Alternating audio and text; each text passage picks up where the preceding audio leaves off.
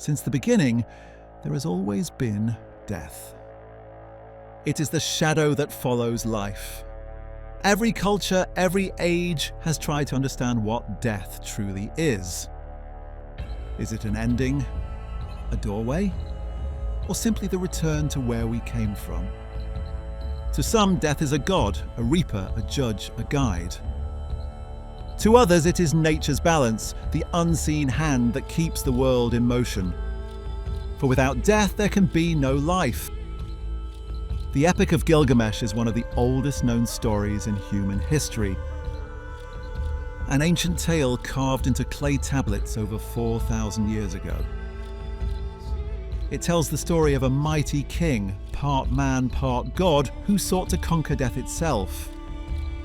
Before we begin, ask yourself, can a person truly become immortal? Let's explore the timeless legend of Gilgamesh. But before we do, don't forget to like, subscribe, and turn on notifications. Gilgamesh ruled the great city of Uruk, a vast metropolis of walls, temples, and beauty. He was powerful, wise, and cruel.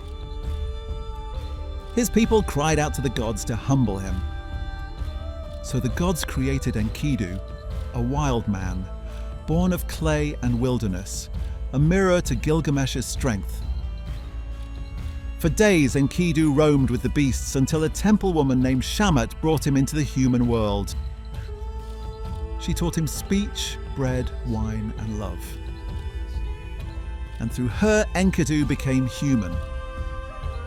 When Gilgamesh and Enkidu finally met, they clashed like storms. Their battles shook the walls of Uruk, but neither could defeat the other. In that moment of struggle, they became friends. Together they sought adventure, to carve their names into eternity. They travelled to the cedar forest to confront Humbaba, its monstrous guardian. With courage and cunning, they slew the giant and cut down the sacred trees.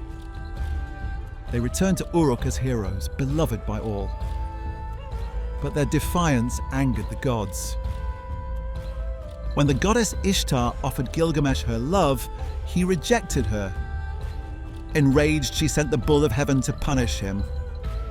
Once again, Gilgamesh and Enkidu fought side by side and killed the divine beast. This time the gods demanded justice. They decreed that Enkidu must die. Struck by sickness, he suffered for 12 days. His death shattered Gilgamesh's heart. In his grief, Gilgamesh turned from king to wanderer. He journeyed through deserts and mountains, seeking the secret of eternal life. He searched for Utnapishtim, the immortal survivor of the Great Flood. When he finally found him, Utnapishtim told the story of how the gods once drowned the world. How one man, warned by the god Enki, built a vast ark and saved life from the deluge. And how the gods, regretting their destruction, granted Utnapishtim and his wife eternal life. Gilgamesh begged to learn the secret. But Utnapishtim revealed a bitter truth. Immortality is not meant for mortals. Still, he offered Gilgamesh a test to stay awake for 6 days and 7 nights.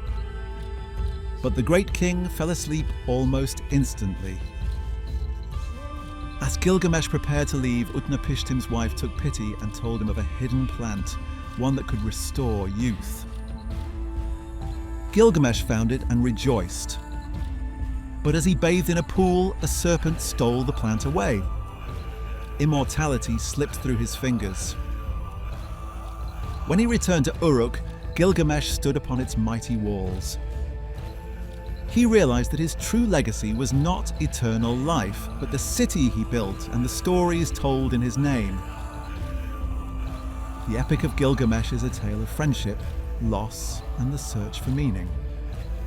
It reminds us that mortality gives life its value, that wisdom and love outlast even kings, and that our stories are the closest thing to immortality we will ever know.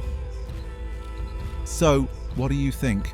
Can a person truly be immortal? Has anyone ever achieved this?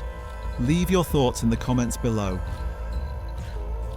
Thank you for joining us. If you like the story, please don't forget to like. It really helps us out.